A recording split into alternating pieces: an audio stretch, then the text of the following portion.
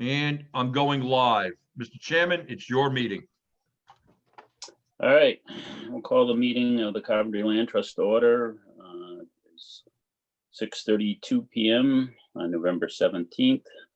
Agenda has been posted, and the first item that we have to do is roll call, so we know who's on the call and who's attending. So I'll start with the Land Trust members to start in. Dennis Green, Jack Donovan, Rory Carmody. Okay, thank you, Rory. 1 minute, Glenda. I think I have Joyce. Would the last 4 digits of her number be 6395? I'm pretty sure they are. let me get my. You know what? I'm going to bring the person in. I can tell you in 1 minute. Just let me look at the number. She didn't know. Joyce, is that you? Yes, it is. Oh, I got her. That's her. Okay, thank you. Okay, good. All right, Joyce, we're just doing roll call here, so you can state your name for the record.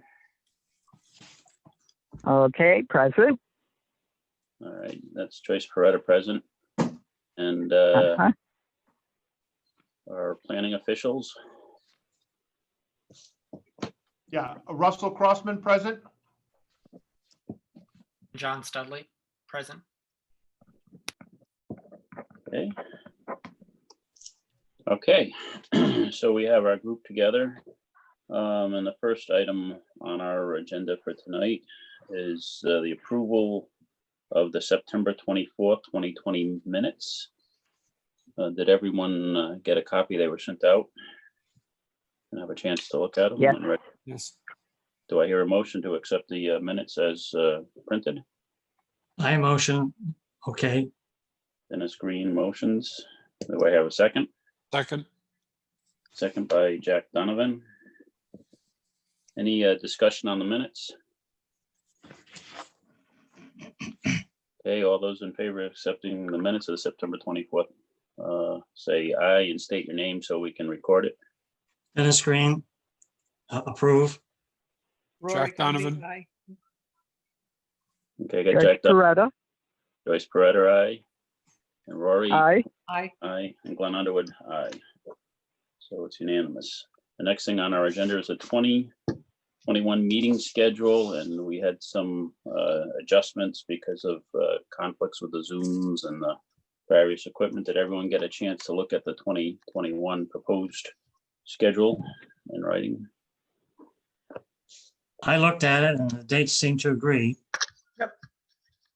I do have a conflict on the 19th of January called my anniversary, so I know I will not be attending on that particular night. But we can still proceed if with the meeting. Someone else will have to chair it. It looks even better for July. We usually miss July, but the 20th might be doable.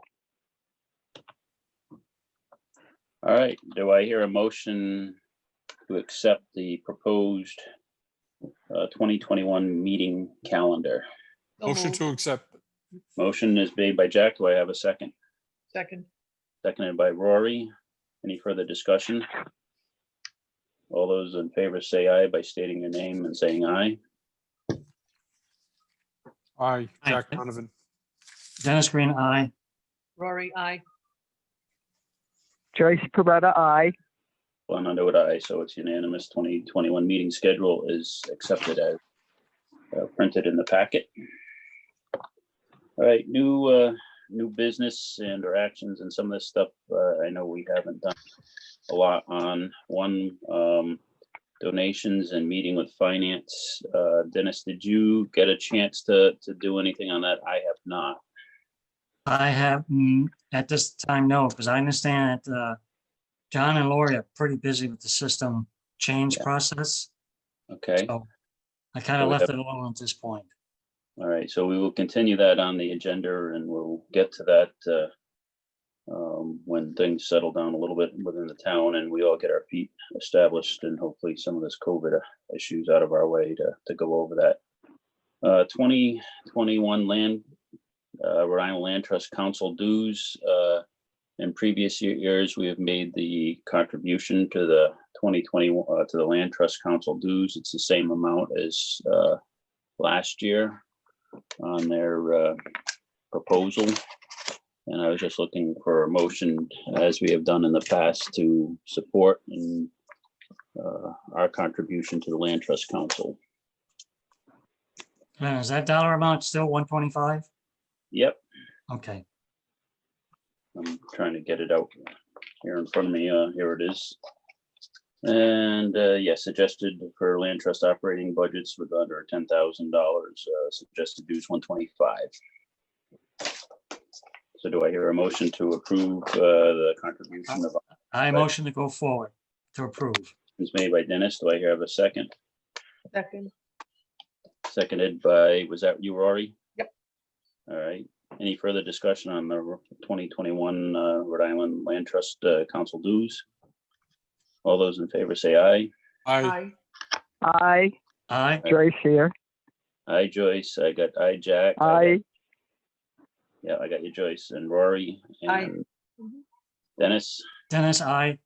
and Glenn, aye, unanimous. The Glenn, I have next, a question, if you don't mind, please. Sure. Somebody's just got to help me out.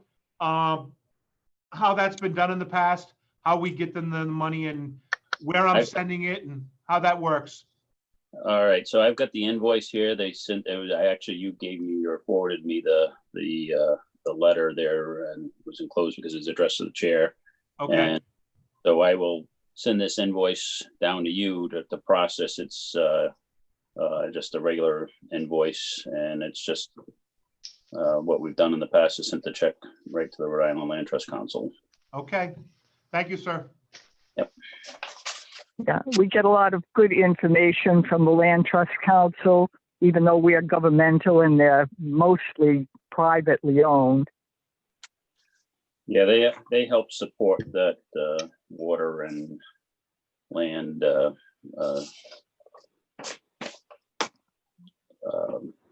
what do you want to meeting in the spring there, and they do. Obviously, we've gotten a lot of beneficial information to help us, so I think it is viable to keep them, or it's a small contribution on our behalf to keep them running. All right, the next item on the agenda, 4.3, Greenlight Farm and Thomas Miozzi. I don't really think that at this point it's proper for the land trust to discuss this, so I'm looking for a motion that this will be brought up in planning. I think there's a public meeting coming up on this, so I'm looking for a motion for now to table this from the land trust agenda. Motion to table. Second. Motion's been made by Rory, Second. seconded by Dennis. Dennis to table. Any further discussion?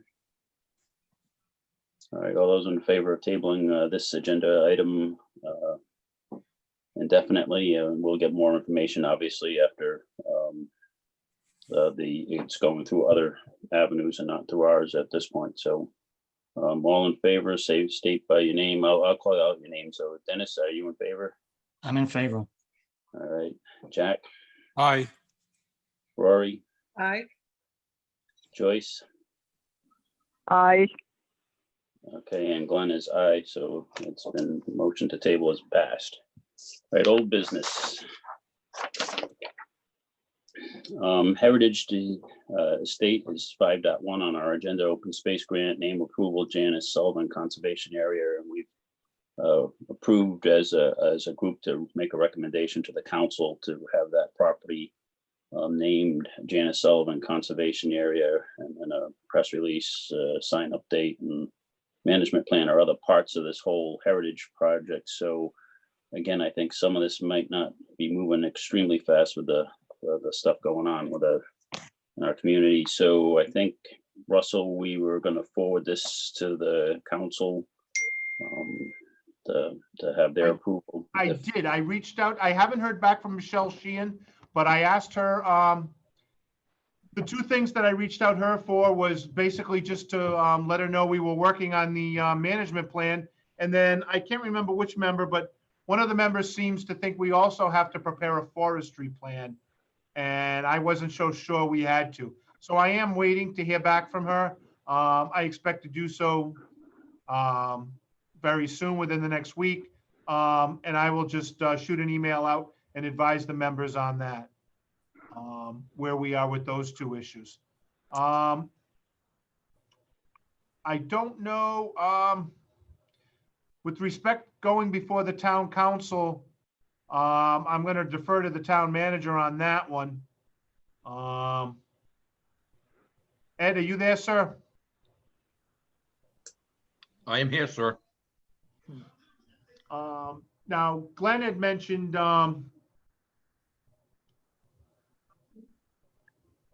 we wanted to go to the town council to Rename it. rename it. Yeah, I guess. Do you want to wait till the new council, or what do you want to do? I mean, Well, the new council is going to be as of December 15th.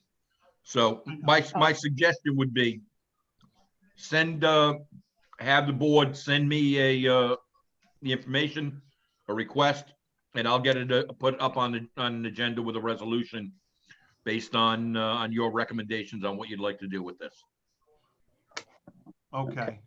And, It'll more than likely be sometime in January. Before oh, you think it'll be that far out? It's going to have to be. We've got the 15th meeting is when they get sworn in. That's a nothing meeting. We do the swearing in and then the usual. The 28th, there's going to be a substantial amount of stuff on there. I don't know if I'll have time to get it on. If I do, I'll get it on for the 28th. If not, it'll see the January 14th, I think it is, meeting is the next meeting. So that's when it would come out. But if I can get it done for the 28th, I will do that. Again, I don't know how extensive I'm going to have on that meeting. It's going to be, there's going to be some significant number of items on there.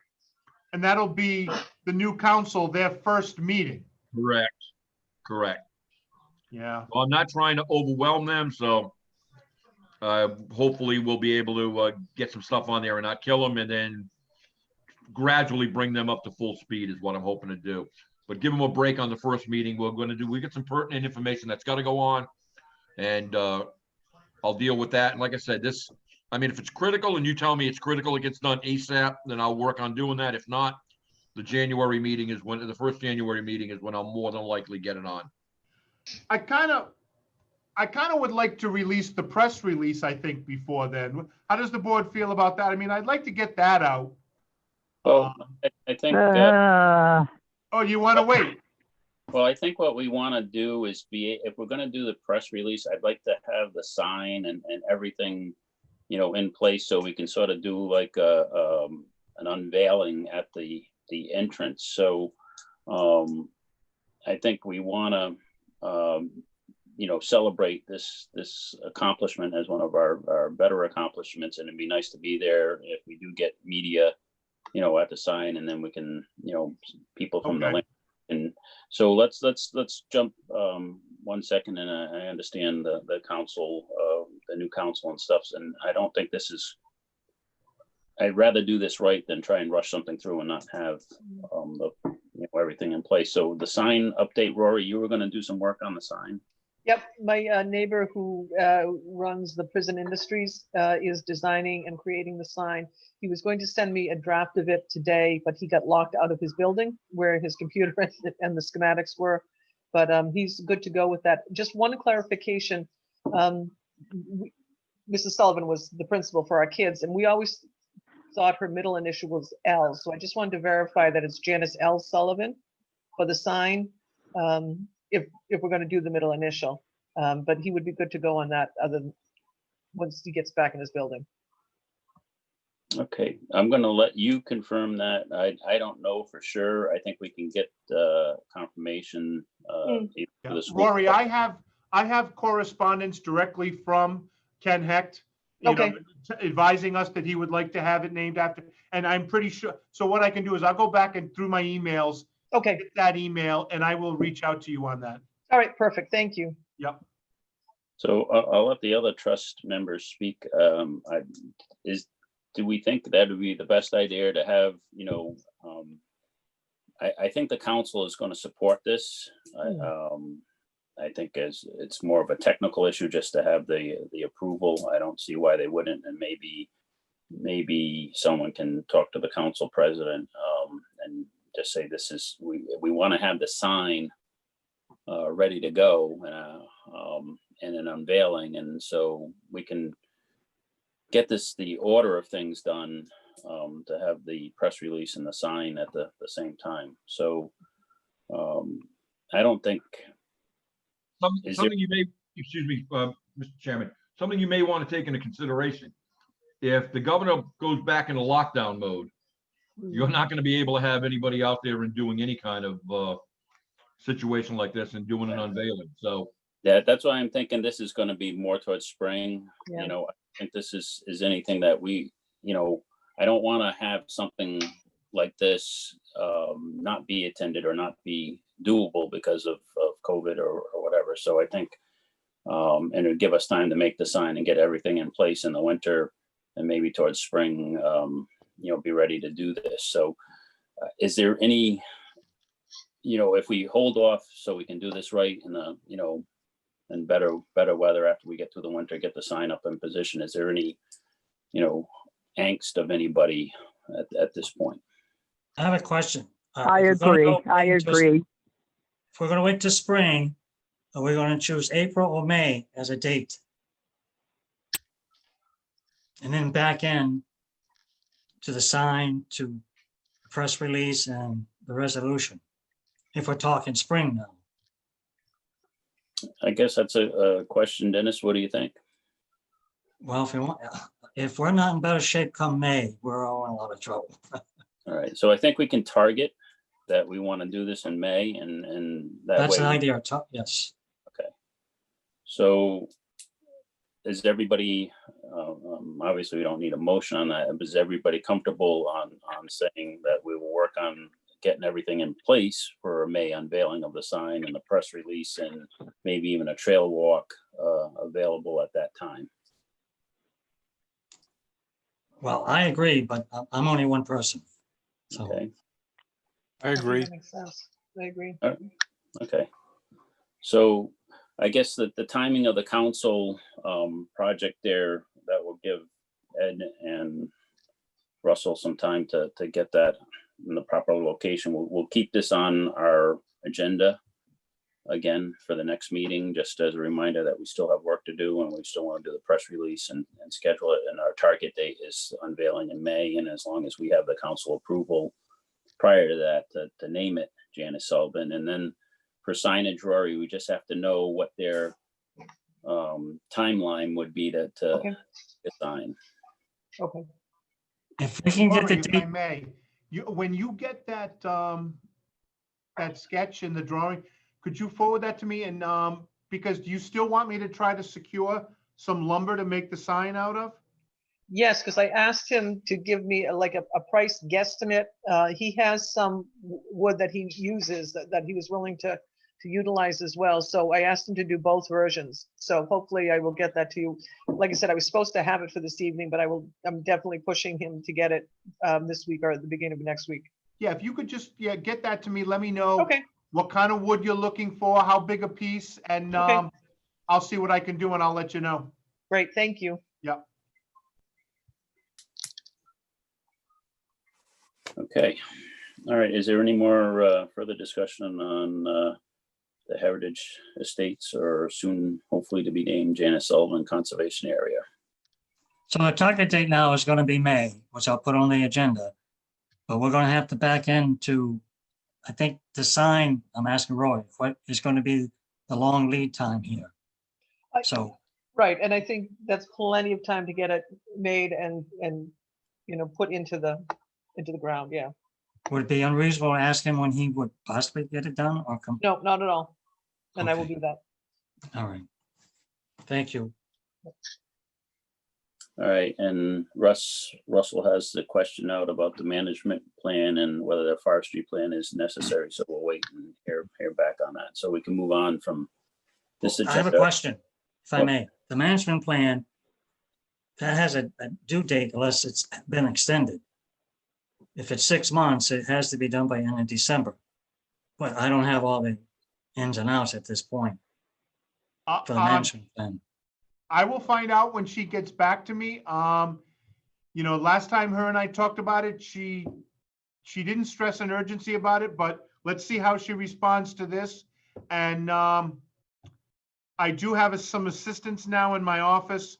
I don't know, did I introduce John Studley to everybody last time? Nope. No, You see he's on there. John, you want to turn your picture on? There we go. John is our new associate planner. And so John has been a huge help to the planning department and myself, trying to get through this backlog of work that we had in these tough times. So what I'm going to have John do over the next, as soon as I hear back from Michelle, John's an excellent writer. I'm going to have him take a look at that management plan and see if we can button that up. Before, I want to get it done before the end of the year and get that off to Michelle. I'm just waiting to hear back from her. So, and if we have to prepare a forestry plan, I do have sample copies of those also, and we can get those done too. But I just wanted to introduce John to everybody. I asked him to sit in this evening. So. oh, Russell, oh, I'm sorry. No, I said, welcome to John. John, nice to know you.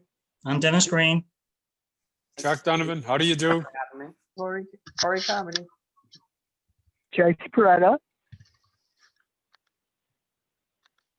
Now, Dennis, did you have a question for me? Do you still need the cover sheets that we did? I don't know. What was it, last fall or something like that? I still Are you all have set? them. I can use those. Those will be fine. Okay, no, I'm just, okay, all right, that works. That's good then. All No, right. I will still use those. All right. All right, thank you. No, thank you. Before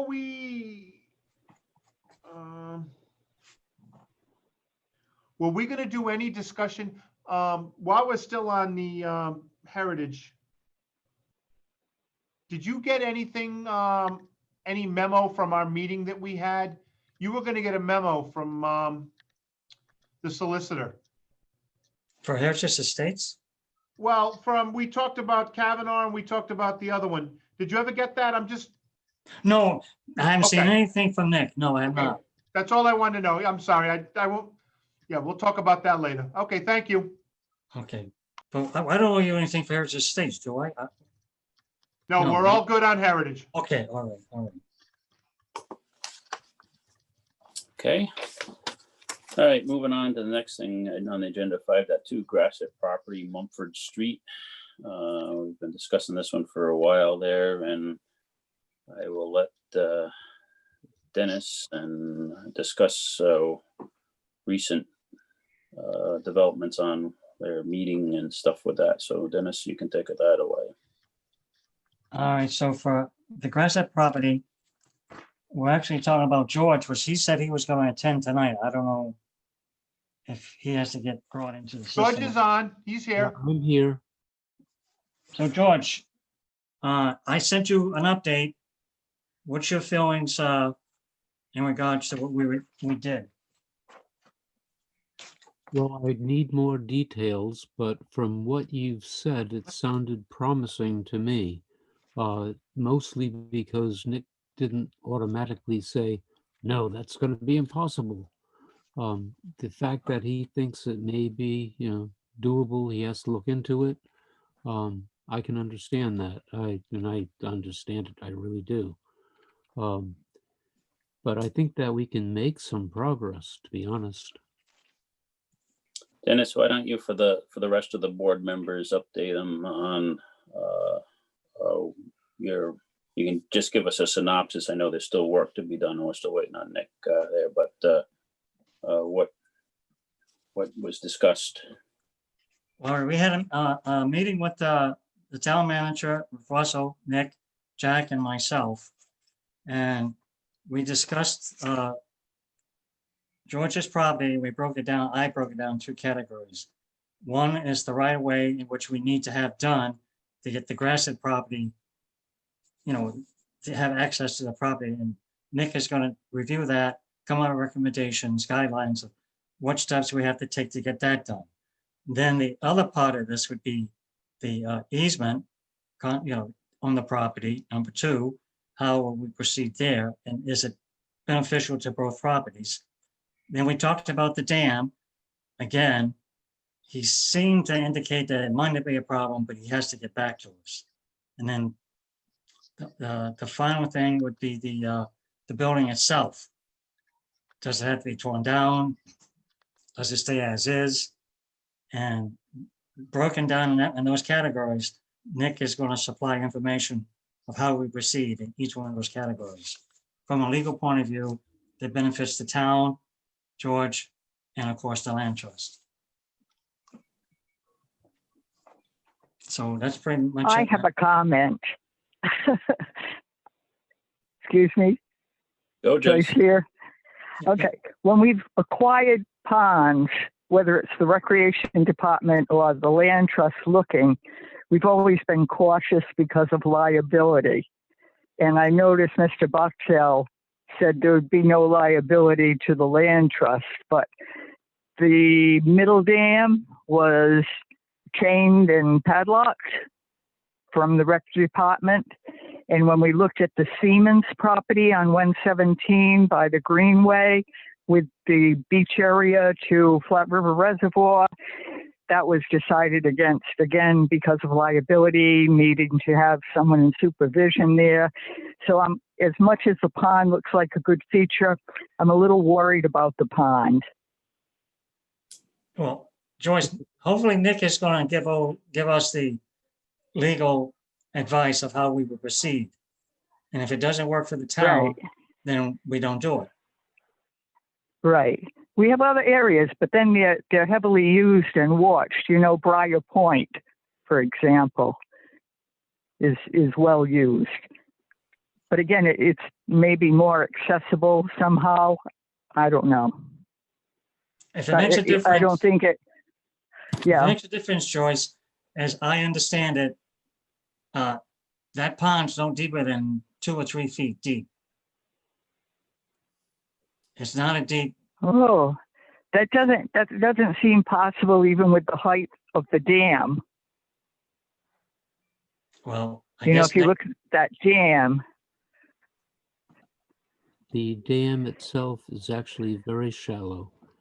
There was a my belief at least is there was a pre-existing waterfall, natural waterfall at that point where they constructed the dam. So they put the dam up over on top of the waterfall, and the dam itself is only about 3 feet tall. So that's the height above the natural pond level. The other thing is that I'm looking, I tried to break it down so that the right-of-way, which gives access to Gary's property, would be a outright gift. Now, the town can modify the length of that driveway, that right-of-way that they get, to stop before it gets to the pond if the town so should choose, and leave a buffer, which would remain my property. But then the second part of the deal would be the easement over my property, which would be a conservation easement, but I would retain ownership. Therefore, I would retain the liability for the property itself. Does that help clear up anything? Okay, that helps. Thank you. but Nick has got to approve this process. It is the key point here. And it's broken down again, like I said, the dam, the easement, the right of way, and the building. So his input is important on how we proceed next. Right, his input is going to be very important, along with, after he states that the council obviously is going to have a lot to review on this, and it's as Ed said, it's a new council. And these questions that Joyce are asking, liability, various things are all viable questions that Nick's got to have the answers for. And I think what was just mentioned, the easement on the property and the right of way to the Grasship property, and just the neat conservation easement may be something that is doable, a lot easier to sell to everybody as a safe method of accomplishing what we want to accomplish. The second half of the deal, of course, is we still have to acquire the Grasship property. So there's two parts to this. And Dennis, I don't know whether we had any more update from Gary Grasship. I spoke to him during the week, and he's aware of what we're doing, but he's just kind of waiting and seeing at this point. Okay. He's still, I kind of want the back door to say, are you still interested? And the answer is, by not answering, to me, he's still interested at this point. He says waiting for this other half, I'll call it, to be decided before we can go forward. But if it's just part of the right of way, it makes this deal work, and George is willing to do that. If the other doesn't happen, then everybody's happy. Is that a yes, George, or what do you think? We'll see how it goes. Oh, George, are you there? Still there? I'm still here. Yes, So you're still willing to donate that property, the right of way? Correct. And so I'm willing to make the donation, but I'm also willing to make the donation of the easement over the rest of the property, because that would give you the ability to fully circulate around the pond. All right. Okay, so I think the action here is more that we've got a good update. Nick's got to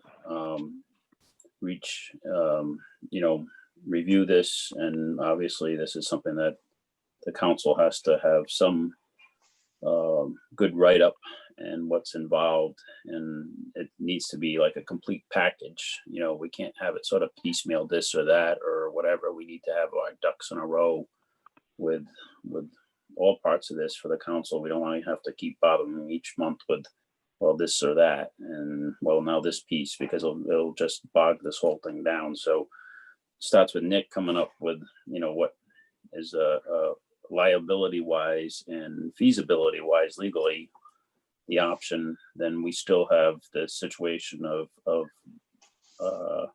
putting together a potential purchase of Grasship property, and have it all hammered down as one agreement ready to go for the council to take a look at and understand, and we'll have to fill them in on that. And so there's some work, but it starts with Nick. So I guess Russ, I don't know how, or Ed, how often we have conversations with Nick to tie this together. Again, I know a lot of stuff going on, but we need to sort of at least have him come up with what he thinks is viable based on that meeting that was held.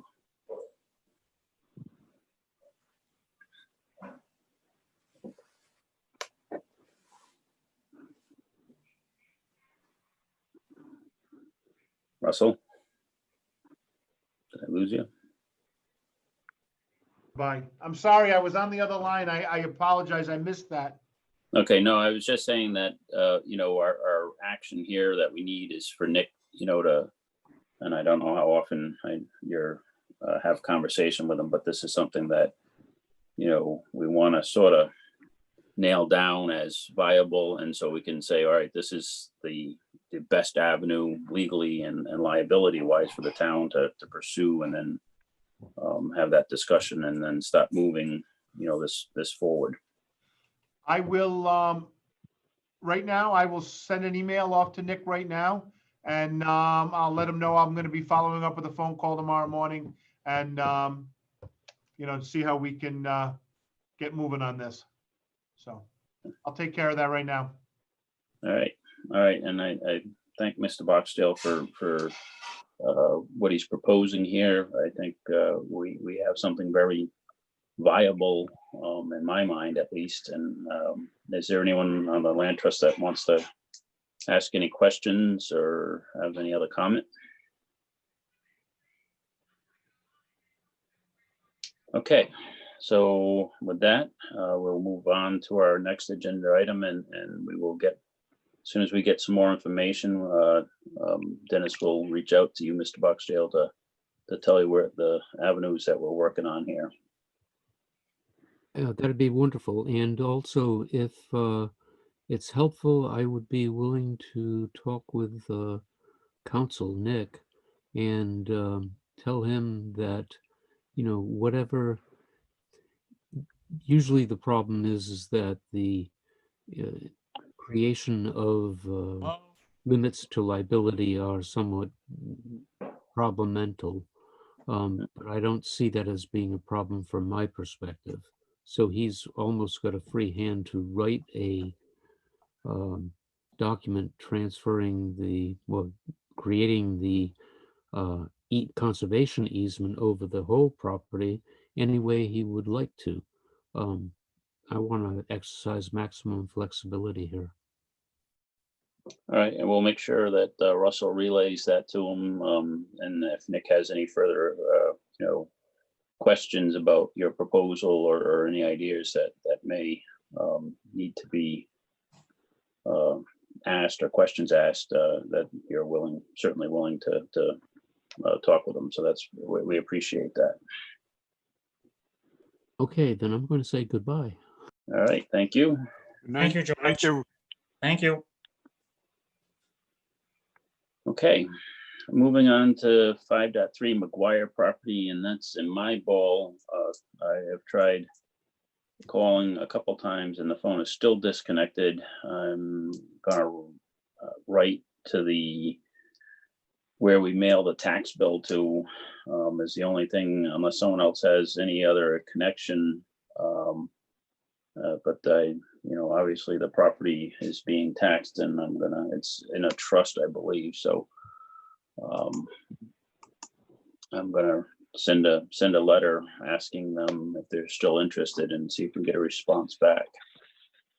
But the phone number that we had for connection, which was in New York, is out of service. So that's still in my court there to move on that. I'll get that letter out tomorrow morning. So any other questions on Mcguire Property? That's that piece off of Trestle Trail there, down in central Coventry. All right, Kavanaugh Property. This is the property at the end of Ledge Road that is surrounded by preserved property, including our Bowden property down there. And again, I will let Dennis discuss and lead us through that process where we're at.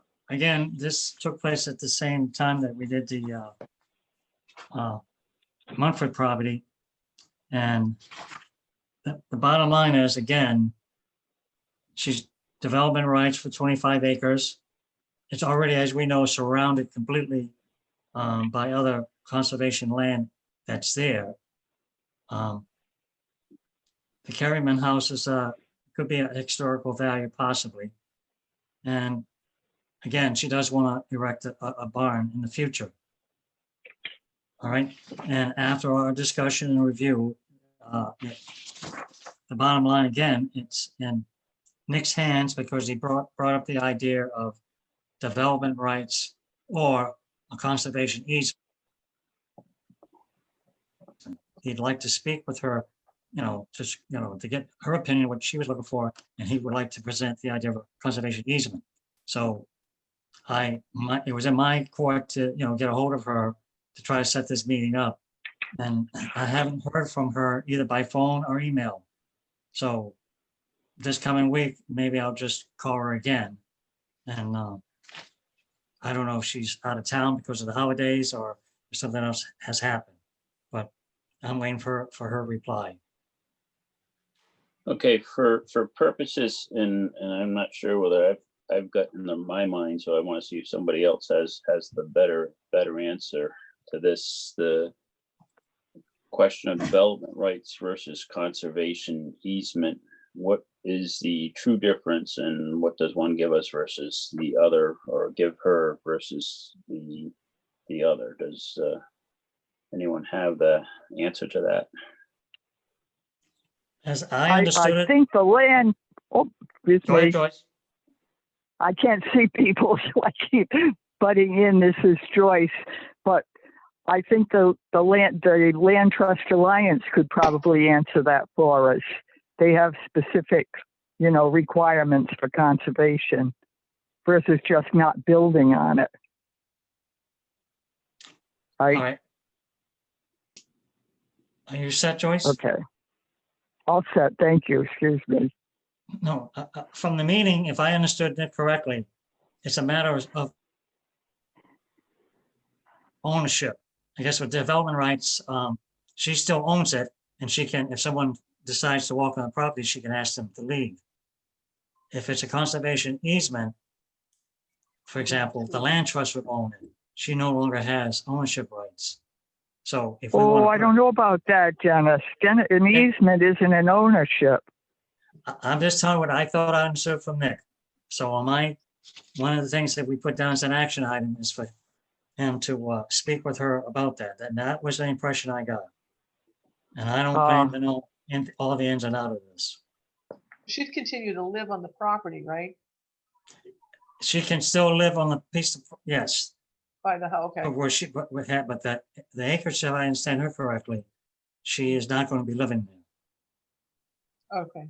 All right, she owns all the property, but the house, Right. I would say, is on 5 acres, and I'm not sure of that. And I separated by saying 20 acres is what she's willing to give up. And that would include an easement or for her to She get to wants- her property.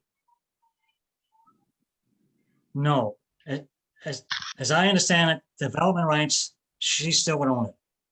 Okay. With an easement, all right, she doesn't, in essence, own it, okay? And that was my interpretation from Nick in kind of a nutshell, you know what I'm saying? Well, I think that the title to the property with an easement on it, the title is still hers. Hers, The right. Easement gives us what would potentially whatever is written into that easement, such Right. as us, the right to, or members of the public to walk on the property or something, or for us to do something. That's what I'd like to know, clearly on the difference between the two, because I think there's a dollar difference. That is the way Nick described it in the meeting. If Okay. it's an easement, then she can wake up and Public's on her property, even though the title is still in her name. With the development rights, they can't be on it. It simply means that she can't develop it. That's all. It's still in her name. The property's still owned by her, but we prevent her from being able to do anything with it. So that was the difference that Nick put out that day. Yeah, and obviously there would be a dollar difference between the two, in her mind, I would assume. But the other question too, and I don't know whether we know the answer to this, does the land trust or the town of Coventry have any conservation easements on any other properties within the town right now? Yes, Which one, Joyce? yes. What we have by the overpass, before Naughty Oak Road, Naughty Oak Church, where we have our Coventry sign, the land in back running up to Sandy Acres on Sandy Bottom Road and whatever is, was rec department and I think town land. Because we thought it was land trust at one point. And Guy LaFave said, that's ours, that's town. We don't have to ask permission from you. You have Hope Meadow, which is at the edge of that. Well, no, as land trust.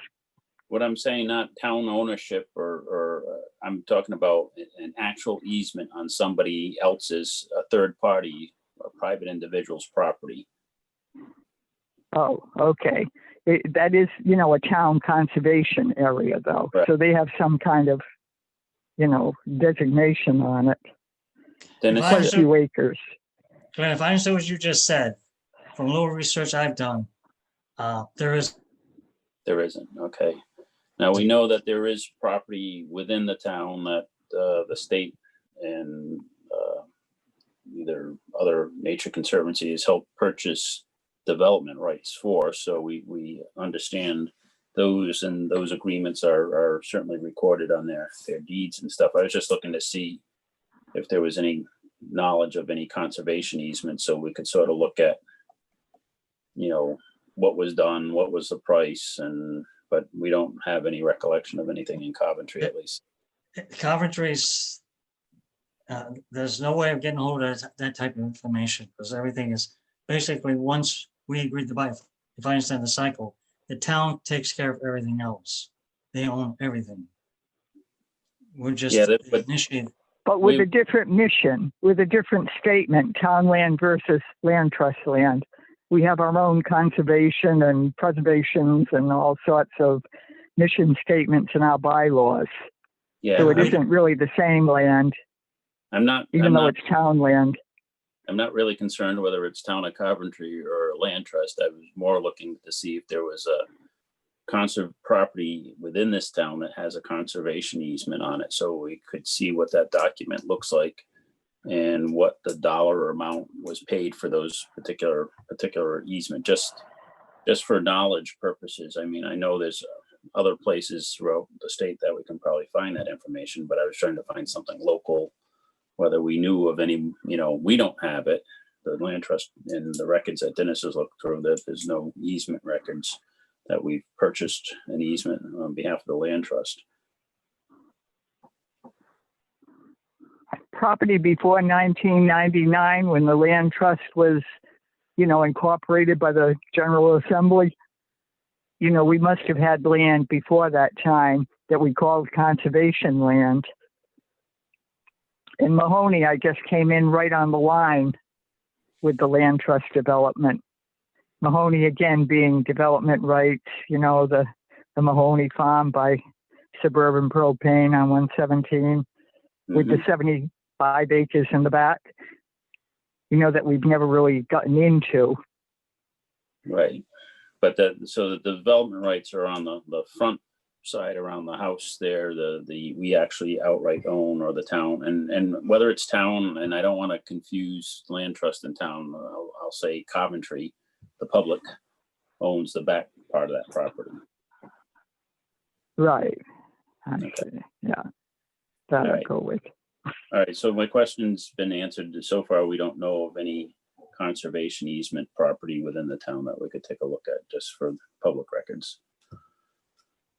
All right, any other questions on the Kavanaugh property? The next thing the solicitor's looking and is going to reach out to her, and Dennis, I know you're facilitating that. We wanted to add a site walk to our schedule here. And for- I also brought that up with her, with my email that I sent to her. So what I have to do this coming week is try to, touch base with her again. It's been over a week, so I think trying to knock on the door again would be okay to do. You know what I'm saying? So can we schedule a site walk, a tentative schedule, at least to vote on that? And then, we'll let you coordinate. if I got the calendar here, let's see, we've got Thanksgiving the 26th. Somebody else have a calendar that can Yeah, what do you need to know? help me out here? Oh, Well, What- Thanksgiving, November Saturdays or Sundays are okay, well, getting few. Yeah, 28 and 29 of this of the Saturday and Sunday after Thanksgiving. okay. So do you want me to try to approach her for those dates? I'd like to schedule one of them, unless someone wants. I'd rather do it that weekend, and I'll let other people speak whether they're available on the weekend. I would prefer Saturday. The 28th? The 28th? Yep, at 9 o'clock. All right. Is I that have an right? appointment. I have an appointment at 9. Could we do 10? 10 is perfect. Thank you. 10 we can o'clock? We can make it 10:30, Rory, or All right, 11. 10:30, just to say, 10:30 would be great. Thank you. Okay, so 10:30. Yep, 11/28. on the 28th. Do you want to do a backup date just in case? That would be a good thing to do. Yeah, the first Saturday in December is the 5th, Okay, I agree. and we could do the same thing, 9, 9:30, 10, 10:30. Whatever Somebody, works. somebody throw out a, Glenn, you want to throw out a time that works for you? I'd say let's stick it consistently 10:30. 10:30, Okay. okay. I'm sorry, I don't mean to interject. Are we scheduling a site walk here? Yes, Yes,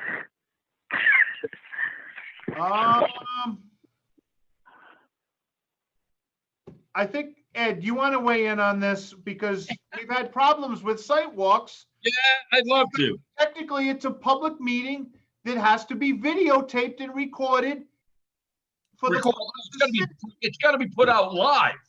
It's gotta be Yes. live streamed while it Uh-huh. goes on. And that's why, I'll be honest, Glenn, we've I never, have never. canceled all site walks on the planning Yeah, committee. okay, all right, understandable. Yeah, well, that would be different what we've done in the past, but no, what he's saying, it's a public, the way that they're doing things. with Under this. the governor's emergency declaration, any and all Okay. meetings, whether they're held in person or via Zoom alone, have to be Zoomed or or transmitted live for the public to access it. So anything that's held on, like the school department pulled one off on doing a site walk on the schools in reference to the building committee. And unfortunately, there was in buildings, but that thing had to progress, and they were feeding it live out of the buildings to be able to come in under the requirements of the Open Meetings Act with this COVID. So yeah, these things are. We're never going to get connectivity out in the woods somewhere. Nope. all right. right, so, Not So obviously. can I just say, that does not mean that, let's say, 2 of the members wanted to go out and take a look. They could do that on their own. They just could not have a quorum. Is that correct, sir? Well, that's only part of it. They can go out as 2 at a time, but then they can't talk about it to the other groups. Because that would in turn become a rolling quorum or a walking quorum, and that's a violation of OMA. You're right. I apologize. You are correct. No, not a problem. These are all the things I've had to learn since becoming interim town manager. Then all of these little quirks under this new thing has been really a pain in the butt. So yeah, we can't risk an OMA violation. All right, well, I don't think today or scheduling a site work is critical to getting the next steps done. And then if, the worst case scenario, and I don't know whether this is viable, is if we do a drone flyover and then bring that video into our next meeting of 10 minutes of looking at this property. I don't know whether we can zoom that video and just say that's our virtual site walk or whatever. I don't know how to get around. Obviously, this property is very similar to the adjacent properties that are already conserved, and it's not like we're looking at something, we're just trying to check off a box on our. If somebody did a drone flyover and recorded the video, you had a meeting, Zoom meeting or whatever, we can then play that video and you guys can discuss it, and that's all legal and that wouldn't be an issue. Well, the drone footage we have is of that property, and it does go out to the bike trail as well, so it covers that expanse. It may not focus in on certain areas, but it certainly covers that entire expanse. So my suggestion here, and I do have a drone that I need to go practice doing a little more flying, Dennis, is ask permission from Leah that due to all these restrictions that we have, that we would like just to take a quick drone video, not of the house or anything, but just of the wood around the property, just so we can do our virtual site walk via video display of it. So if there's any questions, a lot of it is just, I think if you look at the town GIS maps and then the aerial map and along with this video, we might not even need a video because the aerial maps are so good. Right. And I'm comfortable evaluating a property with the current aerial map of that area. In fact, I was studying it the other day. So maybe, unless someone really feels that the drone video would gain them anything, at our next meeting, we can put that up the aerial and review the property virtually, at least to cover that. Mhm. That makes sense, Glenn. And the other question, and Russell, and I don't know, or Ed maybe, but the ledge road itself, was that abandoned through her property? Or is that still listed on the town roads?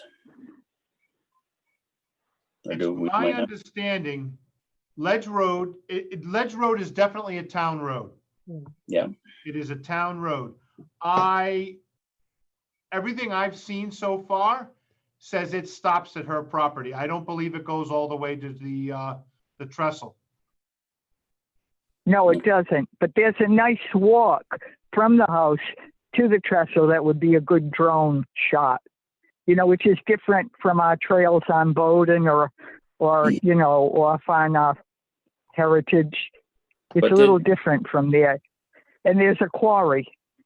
And that, So, the previous owners, Grotte, didn't want us to have anything to do with that. And we probably don't want to if it's on that piece. Quarry again, I think, risk.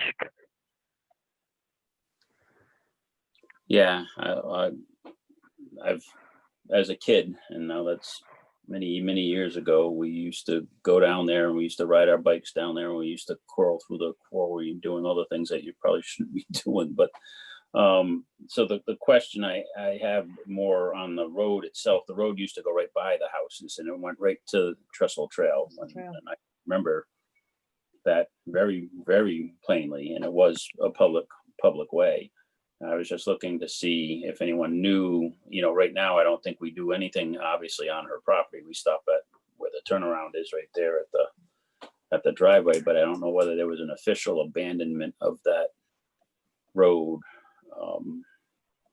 or any record of that. I mean, some of this stuff we all know is ancient history going back 150 years when that last was, or 100 years ago when I was last quarried, but that was just a question. I don't know whether we have a record of that, because the only difference it would make is the developability of the property. If there is no road and there's only that section we own, the town already owns the other parts around as it approaches on both sides, approaches that. And if it ends right there, then she doesn't have road frontage. But that's a good point. Yeah, I don't think it's a big discussion point, but I was just for interest on, when it comes time to dollar value things and other, as for what access is really to that property or not for. And the last question I have, and then I'll let anyone else talk, is valuation of development rights and or easement. And obviously we know our funds are tight and trying to get an appraisal if it gets to points that we're willing to negotiate. How do we, in our own minds, how do we work this or work the numbers so we're all on different, or all on the same page as for what is a proper or a viable negotiation point? How do we value these things? Is this something that we need professional help on? Definitely, I think. And we could look at the old records for GROTE that we bought so many parcels of land adjoining this. Yeah, we may have had, values coming from that. We have outright, we have ownership outright. The question is more for conservation easement and or development rights. How do we establish that's, different than actual true ownership where we purchase a property, it belongs to the town's free to do what they can or want under the the town guidelines, but development rights is a whole different ball of wax, and so isn't a conservation easement. But I just didn't know how we as a group, how do you get the knowledge that we're offering, or when it comes time to, if we are going to talk numbers, how do we proceed with that? Well, the way they did the Mahoney property, I didn't see any figures of how it looks like they just did a flat number. I don't know if they did any analysis to it, I mean, to an extent. It might have been internal knowledge that they had from just plain experience that definitely I don't have, you know what I'm saying? For land evaluation. But I would probably use the tax records if it was me. Yeah, tax Or you records use- don't say development. Tax records is just an assessor's Right. value of the property outright, but not as development rights or conservation easement. There's a I big- agree, but I don't think there's any. I haven't seen anything that gives you an exact formula how you would do that.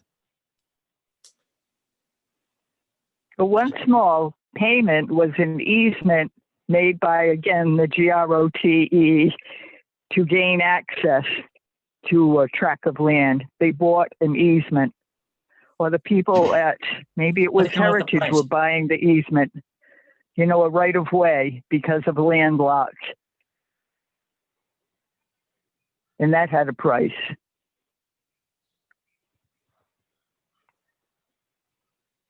Which property is that, Joyce? It may have been Heritage, you know, that bought us in there, but it had no right of way into the grot or over to Ledge Road. I think they bought a right of way. I don't know exactly where that is, but it must be in the records.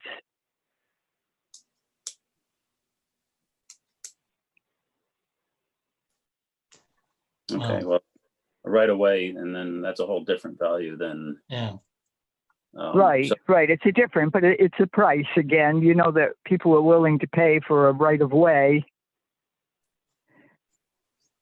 Right. All right. So, my feeling here is as if we might need to, if we're getting close on a deal and we can come up with terms, obviously the final icing on the cake is a dollar amount. And I'm not for sticking my finger in the air and saying, I know what a development right or conservation easement is valued at, and I don't want to throw a deal because I don't have the right knowledge or experience of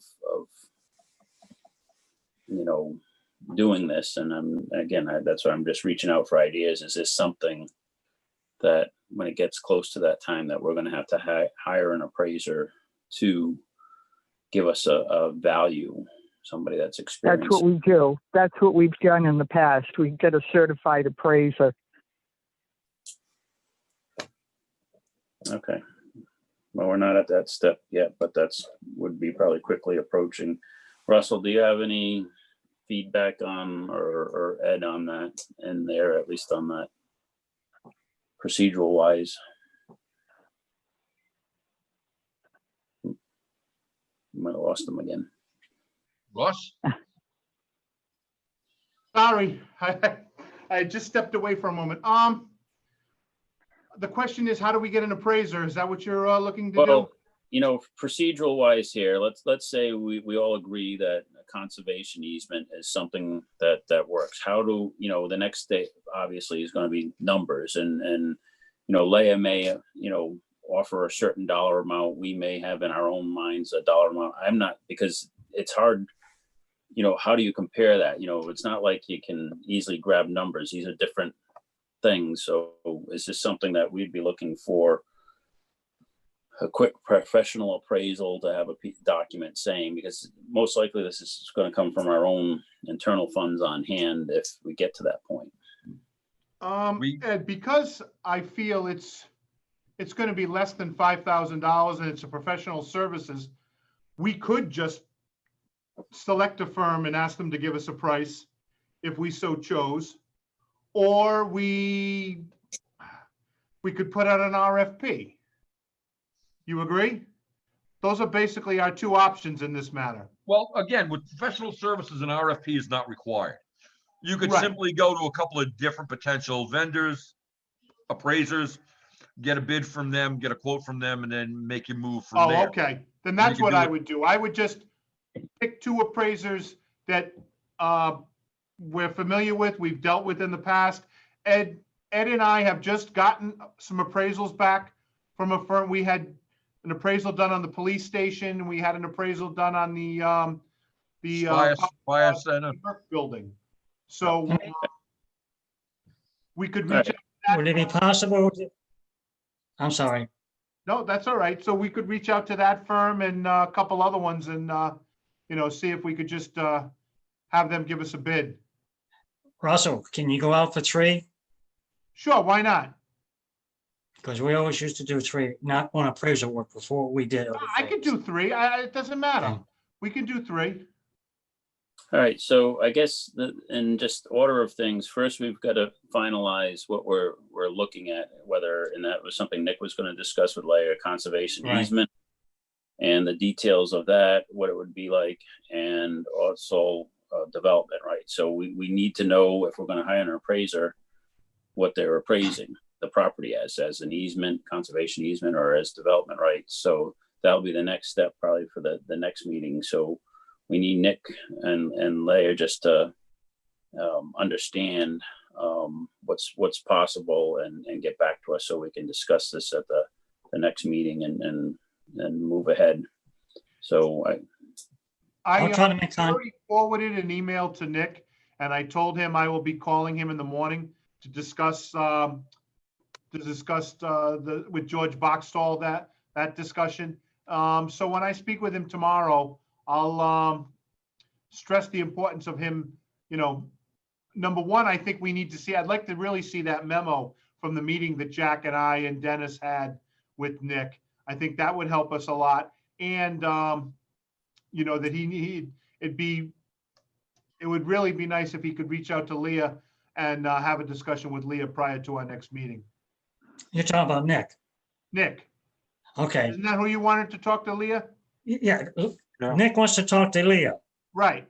So I'm trying to get a hold of Leah now, which I haven't got a response back, to get some dates from her to pass them to Okay. Ed's secretary, so we can try to make those dates and times match up. So we had the original people at the first meeting, if I'm correct in what I just said. Yeah.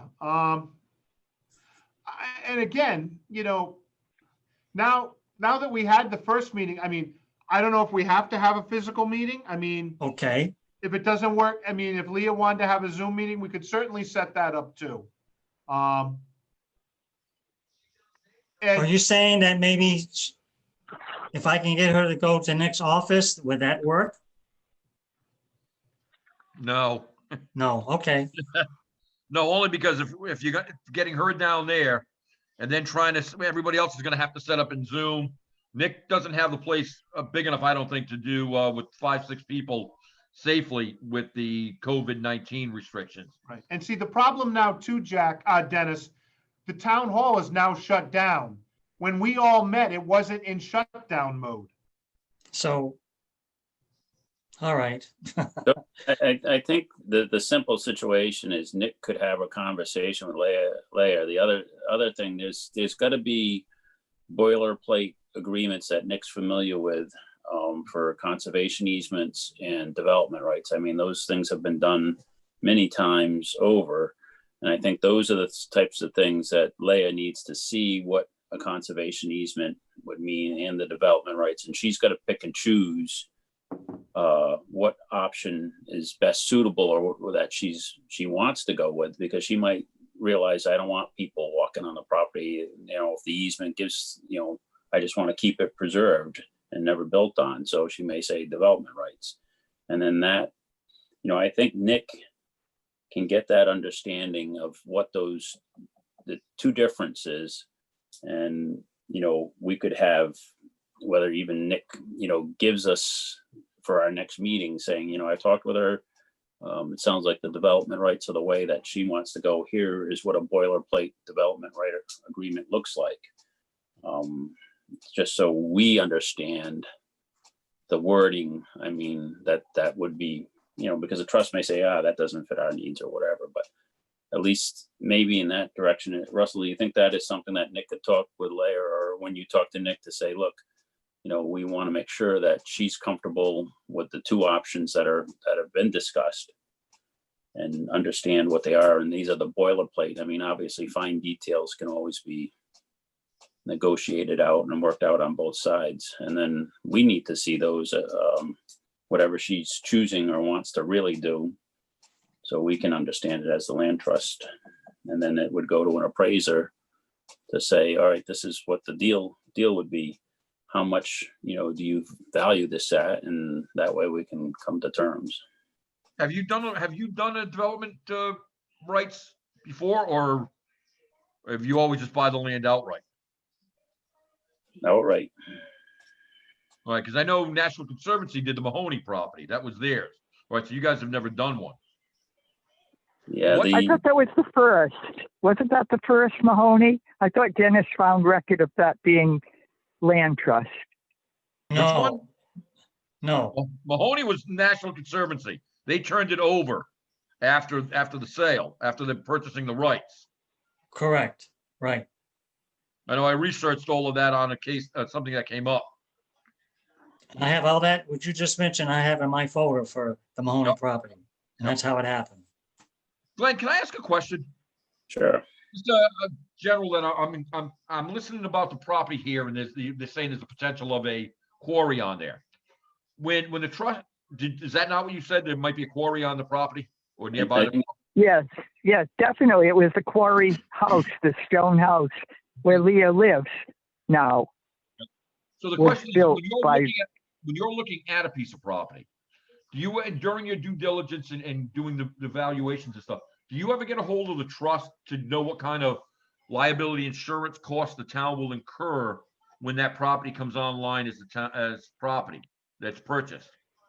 Yeah, well, I think that the good thing about this, and this is why I'm leaning that it may be. Well, in this one, yeah, but I mean, in general, when you're purchasing a property. I don't think we consulted on heritage, and that's the only property that we've, in my term, actually has acquired. Ran that by the trust as the interlocal trust there for insurance purposes. All right, cool. But that's a good point. That's, you know, something I don't know what phase or when that is done in advance or whatever, especially if there's a quarry and we're talking outright ownership. Obviously, that would be an issue versus development rights. I don't think there'd be any issue with the interlocal trust. And that goes back to talking about the Grasship, Mumford property too. You know, as you know, any of these things, that's a very good point that, Dennis, you need to put that on our checklist of action items to remember to do and yeah, it would be the town that would reach out and say, you know, this particular property has a potential liability issue with a quarry on it that, you know, we don't want the surprise bill coming up. So good point. And Dennis, if you can mark that on the checklist as for. I'll classify it as liability issues to the town. Yeah, for the town insurance purposes. So before we want everyone to understand that there is other impacts or potential impacts. Thank you. Okay. Yeah. Okay. All right. So Can we back up? How am I going to be interfacing with Leah and Nick? I'm not sure how we're doing this now. no, I don't think you have to interface. I think right now you can interface with Leah and say, you know, Russell's going to reach out to Nick tomorrow to talk on a couple of things. And one of them will be also reaching out to Leah to go over, you know, development rights and, you know, conservation easement. So you can just tell her that to expect a call from Nick. So Nick will call her. Yeah, I think we'll leave it that way, that Nick will have an action item from Russell to reach out, and so he knows which way she's really leaning and can discuss the options. I mean, he's more knowledgeable. I know he's done these things before. Okay. So Russell, do you want her email and phone number to give to Nick? I have her email. I don't have her phone number. So if you could send that to me, that'd be fine. I'll take that, yes. Okay, so I'll send the phone number. All right, so I think we got pretty much that covered. Does anyone else have any interjection at this point? So we'll keep, it'll be basically the same agenda item for the next meeting unless we have some updates that we need to do. We can probably pull off, I don't know whether site walk, unless we're gonna change it to virtual site walk or virtual review or aerial review of property. At least that will get us that much closer. So Dennis, if you can modify that. Oh, I'm sorry, I was looking, modify what now? For the agenda for the next meeting, just have, so we have the aerial review, we'll do it, town GIS aerial review of the property. Okay, that's for Leah, right? Yeah, for Leah, just so we can look at that. And any other information, the property card, your normal packet of information that you pull, you can have that available too.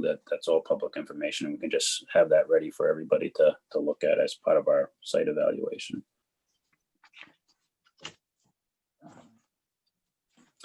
All right, any other further discussion on Kavanaugh property? Russ, may I interrupt for a minute? Russell, Dennis, I have Leah's phone number. Can I give it to you now? I'd rather you didn't because the whole world will know it. Okay, fair enough. Fair So I'd enough. rather I'm just get an sorry, I email should have tomorrow thought of that. morning. I should have thought of that and I didn't. All right, Thank you. fair enough. All right, so let's move on to 5.5, which is possible Bamford family acquisition of the property of the Black Rock for Black Rock Road is named after review and discuss. Jack, you were taking a little bit of a lead on that, and I think Russ, we're going to have a little discussion too, but does anyone have some update for this one? Jack, did you want to go? No, you go ahead. I spoke with Kevin McGee about this because I guess Kevin might have been the catalyst behind this whole thing. But I spoke with Kevin and we have been very unsuccessful in reaching out to, we were trying to reach out to Travis. At the last meeting, that was the one thing I forgot to do. I said I was going to send a letter to Carol. I neglected to do that and I apologize for that. But I possibly could have some phone numbers. I'm going to check because we've had some dealings with them over the past couple of months. I'm going to have to check with Kerry in my office to see if she has anything. But we haven't been able to make, Kevin or myself have not been able to make contact with them. I don't know where we go from this point. I mean, we can. Can we just going back over the lot here, and I'm bringing it up on my other computer. Can you put that lot up on your share the Sure, screen? you just give me half a second. I will bring that up for you.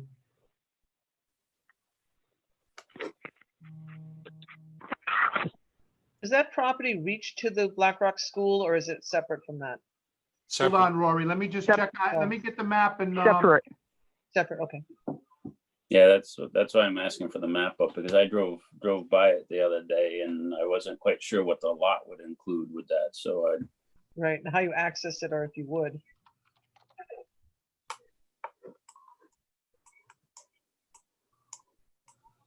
Is there a historical significance to the Black Rock, to the Big Rock? There is. To the rock itself? Yeah. Yeah, I always, Jack, you can help me out, but I always thought I remember Norma saying that there was Indian wedding. It was a place for weddings. It had Native American significance. Really? Yeah. I'm sorry, I used the wrong term. Native Americans. Yes. Yeah. You know, Narragansett could maybe inform you on that.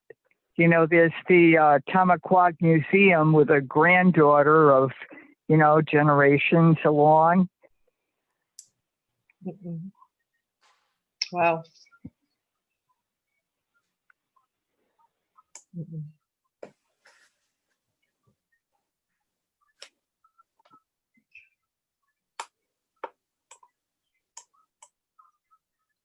I'm just wondering if any of the Native American tribes would want ownership or access to it or preference with it.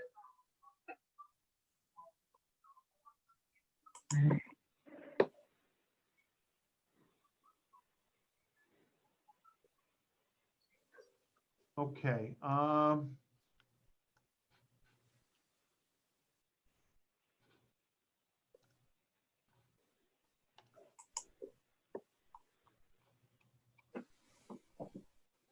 Oh, wow, there it is. there it is right there. That's the rock. And I guess this would be the piece of property that goes along with it, the 72.2. Some of it appears to be on town property, but the majority is on that parcel. 0.48 acres, How many? less than a half acre. Correct. It's roughly 20,000 square foot lot. Yep, Okay. What's the zoning there, Russ? that's an R20 zone.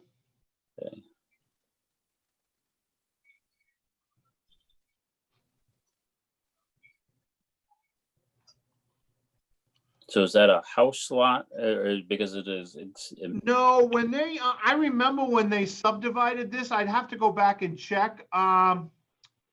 They subdivided because, it's easy for us to tell with the point numbers. There's 72, and then there's 0.2, 0.3, and 0.4.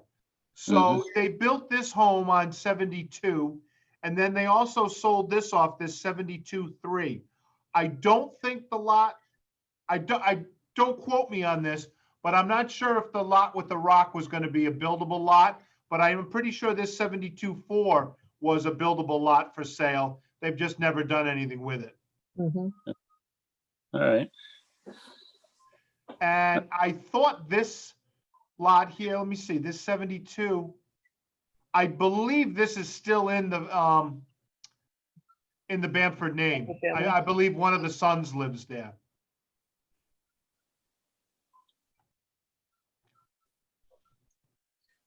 So, just help me out. Are the discussions for the rock or the property and the rock? There isn't a lot of property other than the rock, right? And the Well, rock is on a sharp curve. I remember, Mr. Sprague saying that, it's a rock on a sharp curve. It came before us, in the past. We weren't doing it then. I believe Kevin was more interested in having it as a small like park area. So it'd be the entire property. Okay. But So- that was, I think the thought was maybe a picnic bench or whatever fits there. But again, it's the big rock on the sharp curve. Right. I don't know if it's climbable. From an insurance point of view, I don't know if we'd want people climbing it. No kidding. Or slamming into it at high speed in a vehicle. Mm. Right. Yeah. Paul Sprague wasn't happy about it. Yeah, I was gonna ask, and not that we're doing a site evaluation on it, but when you look at the merits of when we look at our checklist or rankings list there, I mean, obviously there's the historical criteria, but there might not be a lot more to go on that particular rock. And, I'm not sure, because we're not doing a site walk there, but we could do a virtual again, next meeting, I guess it would start too, are they interested in selling or not selling? And then we'd have to have criteria, and I'm not sure what comes first. Should we try and say that, go through next meeting and review it? Just like we're just looking at it now, and go down our checklist and see if it makes rankings enough for us to even pursue it under our guidelines. Well, We could individually drive by and see it beyond having a video. It's right there by Hot Toys, across from Hot Toys Nursery. Can you get onto the property? It's gated, I mean fenced, or it's, no, I think you could just, you could can pull park up over, School and walk.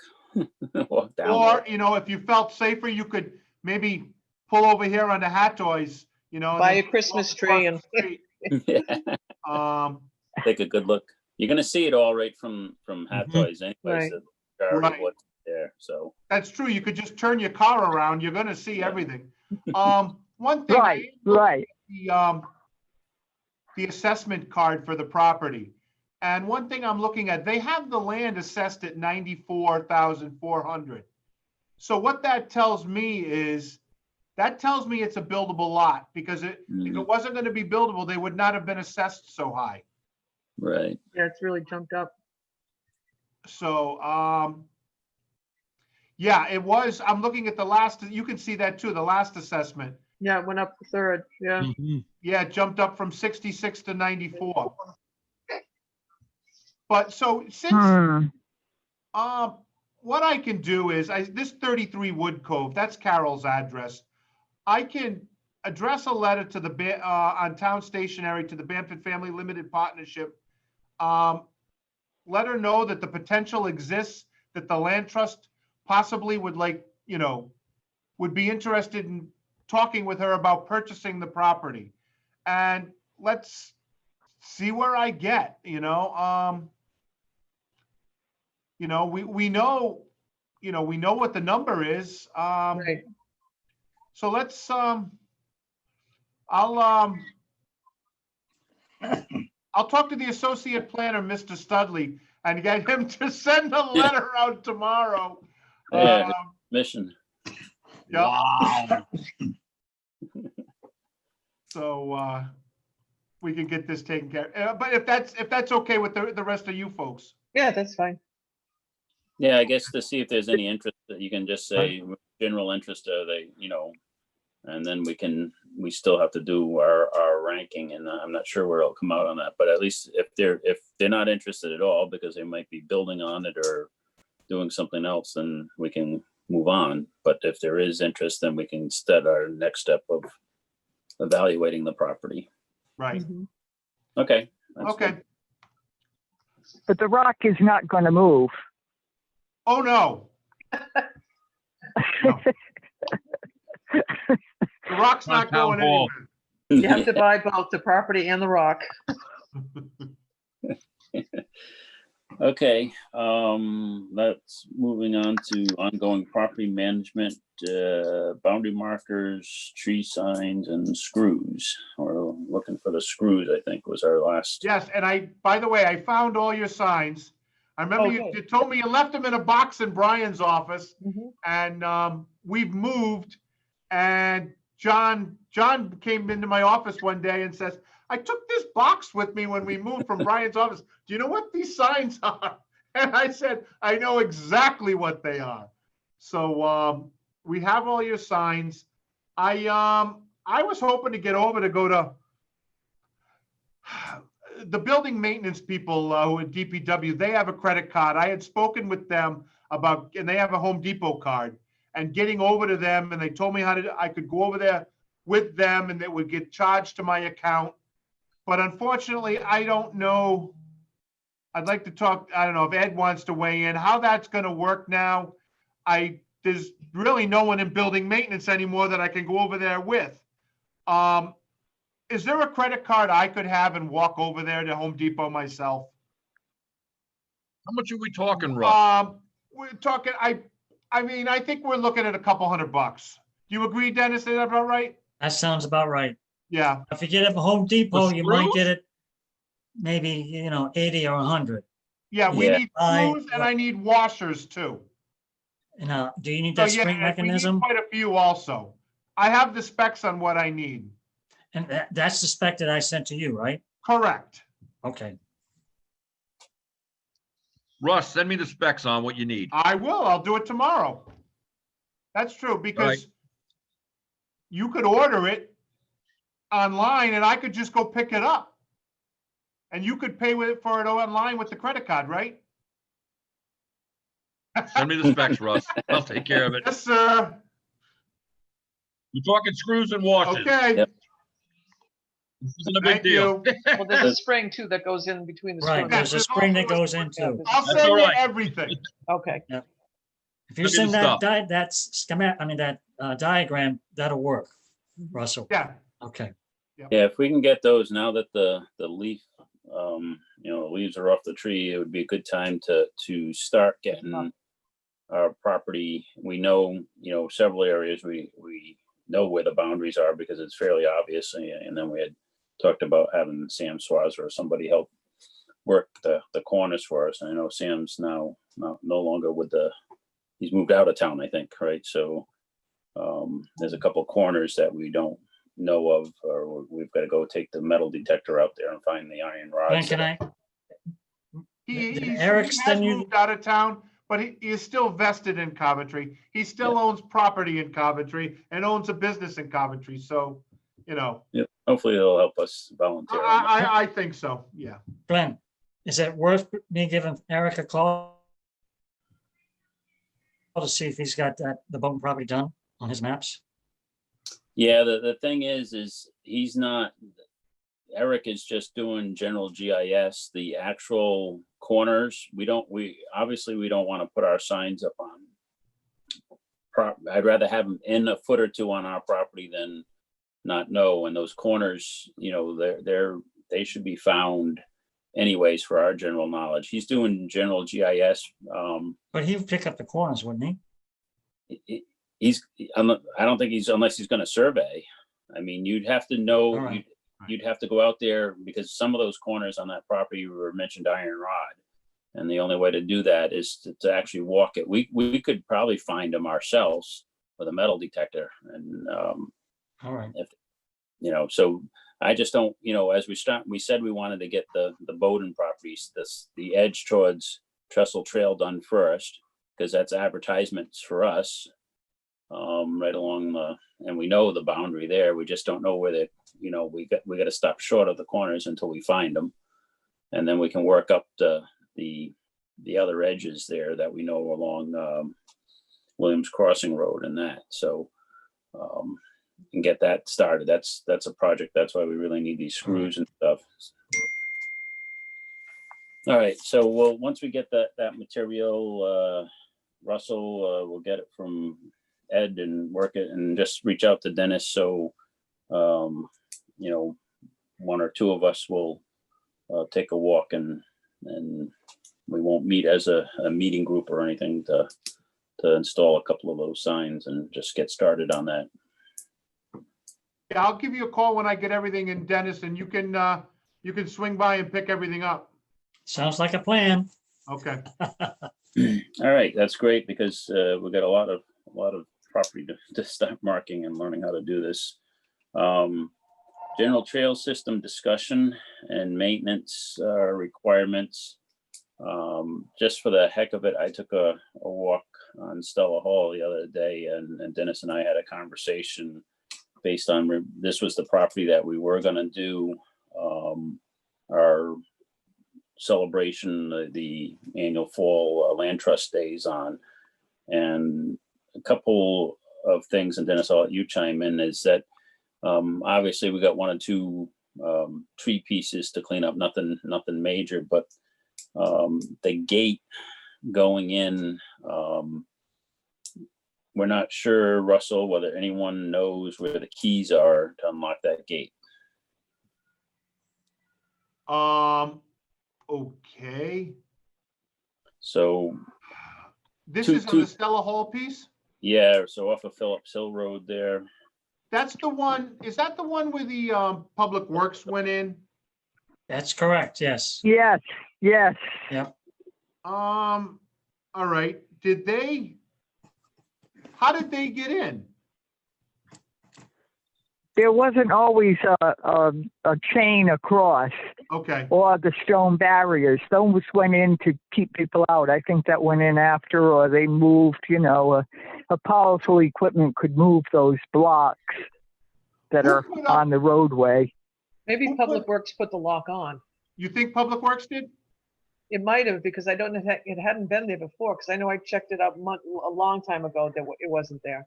All right, let me reach out to Kevin. I can find out. I'll talk to Chuck, because Chuck is the one that went out there. And when he was on the property. So I'll talk to him and find out who put the lock on and where we can get a key. 'Cause Yeah, we that need a would be, key. yeah, because one of the things, there's some trash down in the back there that Dennis and I have both spotted that needs to be brought out. And like we did, I brought my tractor down to the Bowden property and brought all the stuff out, and like to be able to just drive my tractor down the road, but with a gate the way it is, I just need it to be open so I can. So No, if that's you- fine. I'll reach out to Chuck tomorrow. Okay. Thank you. Other than that property has very little work to do other than, and Dennis, I'll let you comment on you have looked at it, other than marking up the trails and putting the trail map. And the one other thing that I noticed is that when you walk from the parking lot right there on the corner, you're on a bad curve walking to where the gate is to go in the trail, and whether at a certain point we'd want to have the trailhead aimed towards the parking lot rather than having a young kid or a family walking along the edge of the road on that corner, because the cars were coming around there pretty fast. Jack and I walked this when we were originally do Stella Hall for Land Trust Days for 2020. And yes, there is some chunks that has to be moved. We could add an additional trail or two. And if I remember, Jack, we did discuss about maybe moving that entrance Mhm. because of that road. The thing is, with the bikers want to try to use, now, if you didn't have some way to block that entrance, I think the reason they put those cement blocks is because of bikers were going down, riding their, the bikes in there, speeding around and so forth and so Yeah. on. These, yeah. Now, Those I don't know, ATV, what a new entrance would that allow them now just to go in the parking area and just, Well, right? believe it or not, no matter what we do, they can get on there because That's they go true. around That's true. trees. I think I was more concerned with just general safety of anyone walking that property. I don't want to. Yeah, okay, if we don't have a problem with that, then general safety is number one. Yep. So we should have another entrance to that trail from the parking lot. And then we could put the kiosks more towards that and direct the people right up. So that's some work that we And can that do. kiosk, as I mentioned before, has been damaged. Okay, they broke into it. And that was one of the next areas we were going to go into to try to fix. So maybe we can do it all in one shot, Okay, well, we can potentially have a work party there. Obviously, one thing that needs to get done is someone needs to explore to see how easy it would be to change that trail entrance. To change the entrance. Yeah, just to walk it. So when you go from the Okay. parking lot, little hill going up, and what's the best way to come out of that parking lot to get back onto the main trail, which is the shortest distance, so we don't have to do a lot of work, but not some incline that people are gonna slip and slide on walking. So I think that's stage one, part one of that trail maintenance or trail system development there is just flagging that out and saying this is where we just need to do a little work, cut some limbs off, and this will be the new path going in. Rory, have you There been? was a big sandbank there. That was a sandbank. That's why I think he was able to make a good parking lot.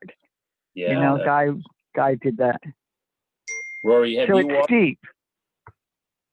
it is very steep right off the edge there. That's why we gotta plan our path there. Rory, have you been in there? Not Through the- recently.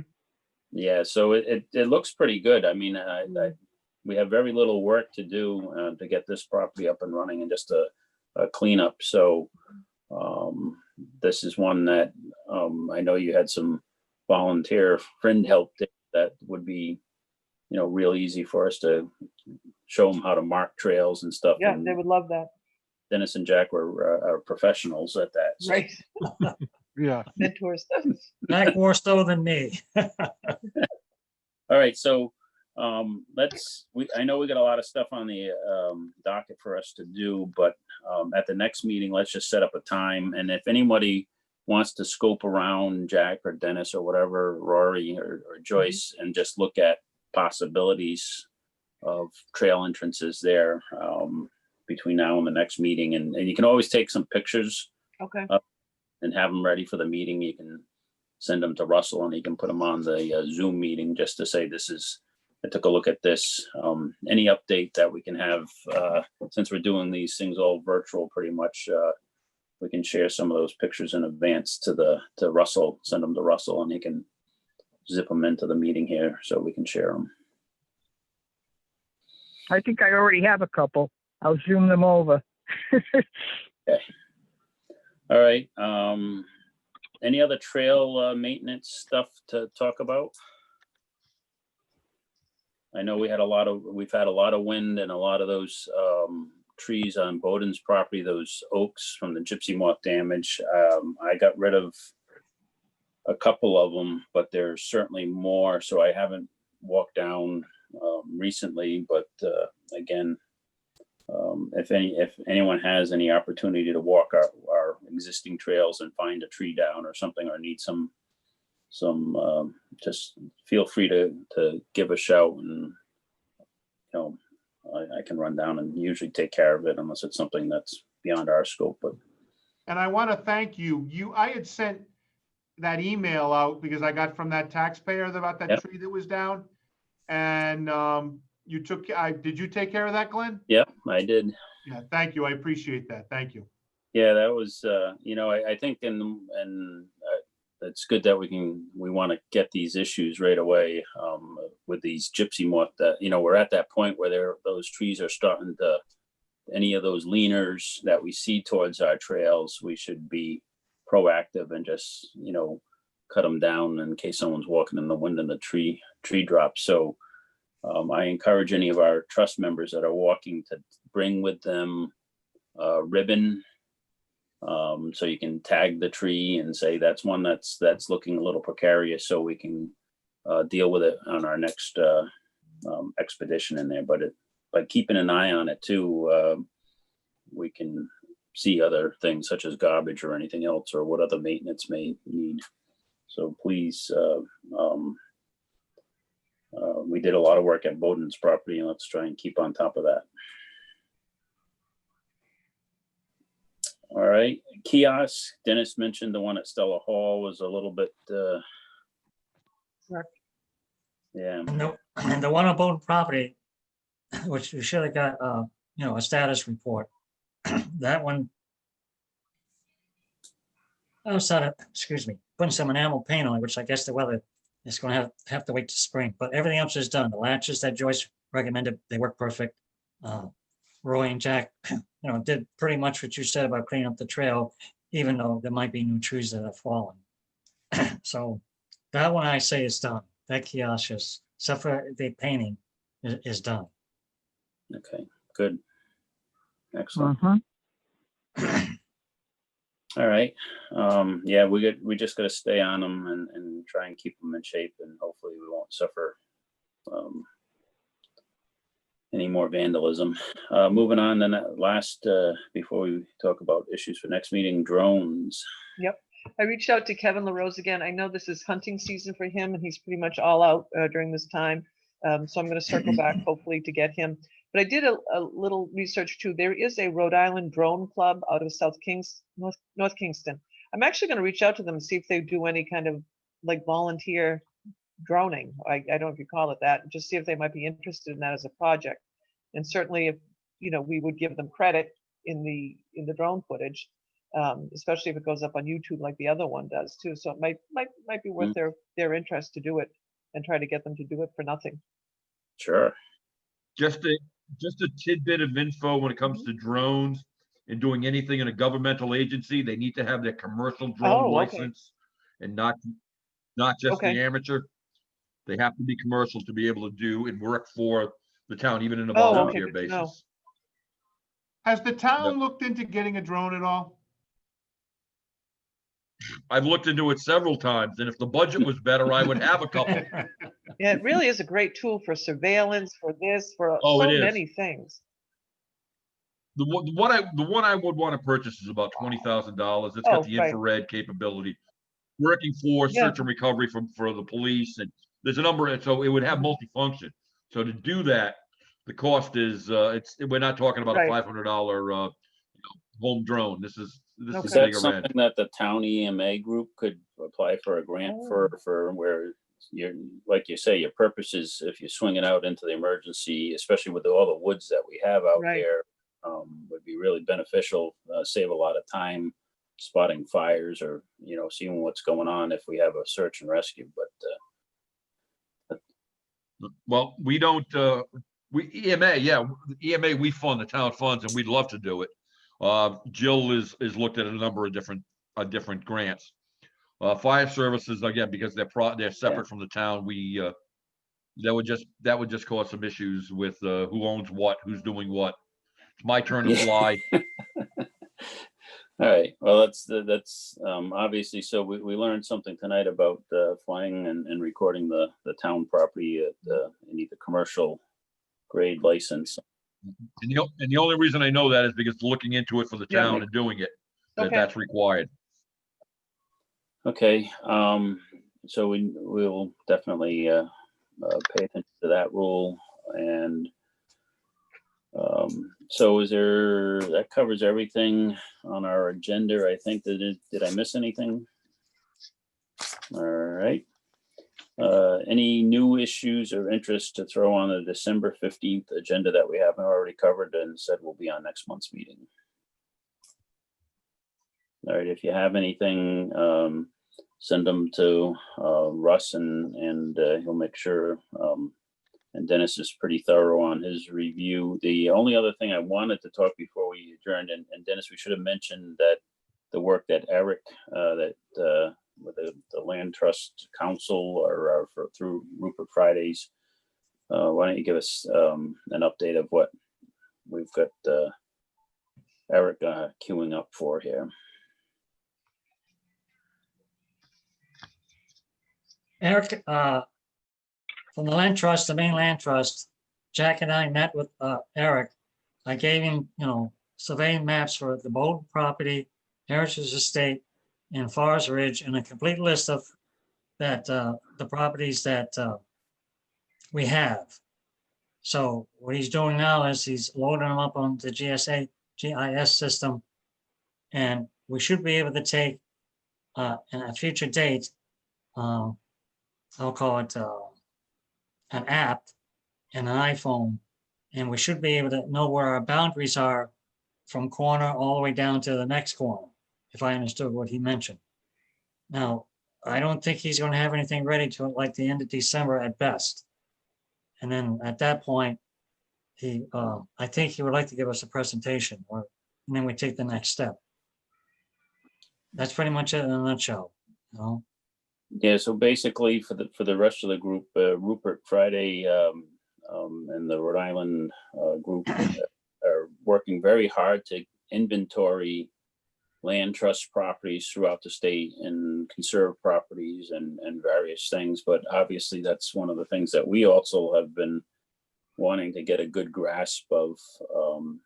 And so they have somebody that's skilled at this and knowledgeable. And this was something we talked about for marketing purposes in the future for people that wanted to know where our land trust properties were. They could, use this app and they'd be able to say, oh, the Janice Sullivan properties here, and these are the boundaries and stuff. So they'll give us a lot of information that we should be able to access quickly on our iPhones or electronic devices and stuff. So this is free of charge and just a service I think will be very beneficial. So I when Rupert reached out, I just said, Dennis, you make a contact and see if something works. So they'll make a presentation. You think maybe at the next meeting we may have, or if not, the following one. He mentioned December, but right now, that's just a guess on his part. Okay, so just have that ready to go for our agenda. That's why I brought that up. New agenda items for December, in case But, we have if I something. talk to him, he's not going to be ready. I won't add it to the agenda. Okay, All right. that's the only new issue that I see that we need to add to our agenda list. Does anyone else have anything for the December 15th meeting, which is the third Tuesday? All right, is there any other business for tonight? All right, with that, I will entertain a motion to adjourn. I favor that. Let's adjourn, please. All right, Dennis made the motion. Dennis Green makes a motion to adjourn. Jack Donovan seconds that motion to adjourn. Any further discussion? All those in favor of adjourning, I'll call the roll call. Jack, Aye. Joyce, Aye. Rory, Aye. Dennis, Aye. Glenn, aye. All right, we're all in favor of adjourning. The meeting is adjourned at 8:23 p.m. All right, thanks, everybody. Good night, Thank Night, everyone. everyone. Thank you. Good night. Good night. Good night. Have a good turkey day. Thank you. Holiday. Good Yes, night, you happy too. Take care. Thanksgiving. Thank Yeah, you. everybody have a good Lori, one. I'll see you tomorrow night. Oh, yes, right. I Thank will you, be sir. there, right.